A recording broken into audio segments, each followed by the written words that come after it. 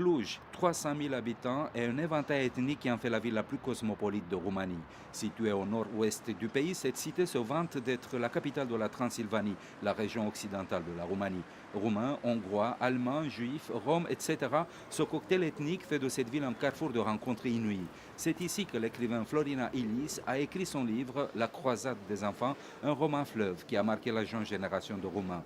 L'histoire est simple, un groupe d'enfants part en vacances à la mer Noire. Mais un jeune échappé d'un orphelinat les pousse à prendre le contrôle du train. Les autorités les traitent de terroristes et veulent les arrêter. Une véritable croisade des enfants se met en place. Bienvenue dans le chaos post-communiste roumain. La société roumaine a besoin en quelque sorte de projeter sur elle un regard réflexif et critique.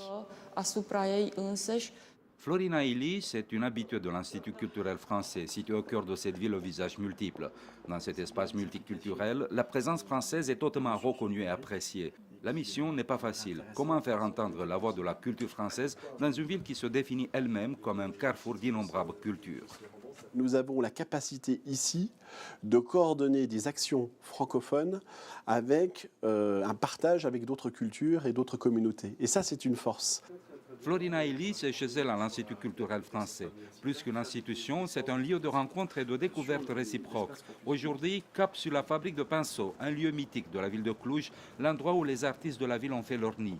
Détrompez-vous, ce n'est qu'une apparence. Cette vieille fabrique de pinceaux, héritée du régime communiste, accueille actuellement les meilleurs talents de la ville. Ces murs délabrés rappellent l'univers de la dictature communiste qui a laissé derrière elle un pays en ruine. Les artistes ont décidé de réinvestir cet espace et de lui redonner vie. En fait, c'est le grand défi de la jeune génération roumaine, faire renaître un pays ruiné de ses propres cendres.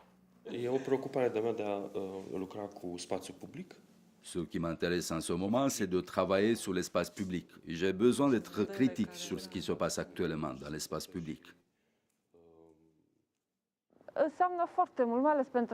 Ce lieu est très important, surtout pour les jeunes artistes qui n'ont pas toujours la possibilité d'intégrer les grandes institutions culturelles. Ils ne sont qu'au début de leur chemin.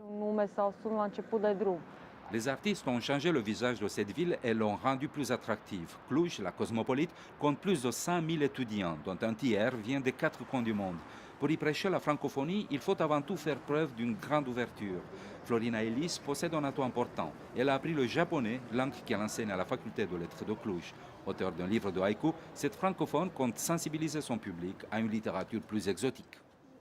La lune se lève, les traces chaudes de la bête, là-bas, dans la neige. À Cluj, dans cette Babylone de langue, la francophonie peut marcher, à condition qu'elle s'ouvre à toutes les cultures.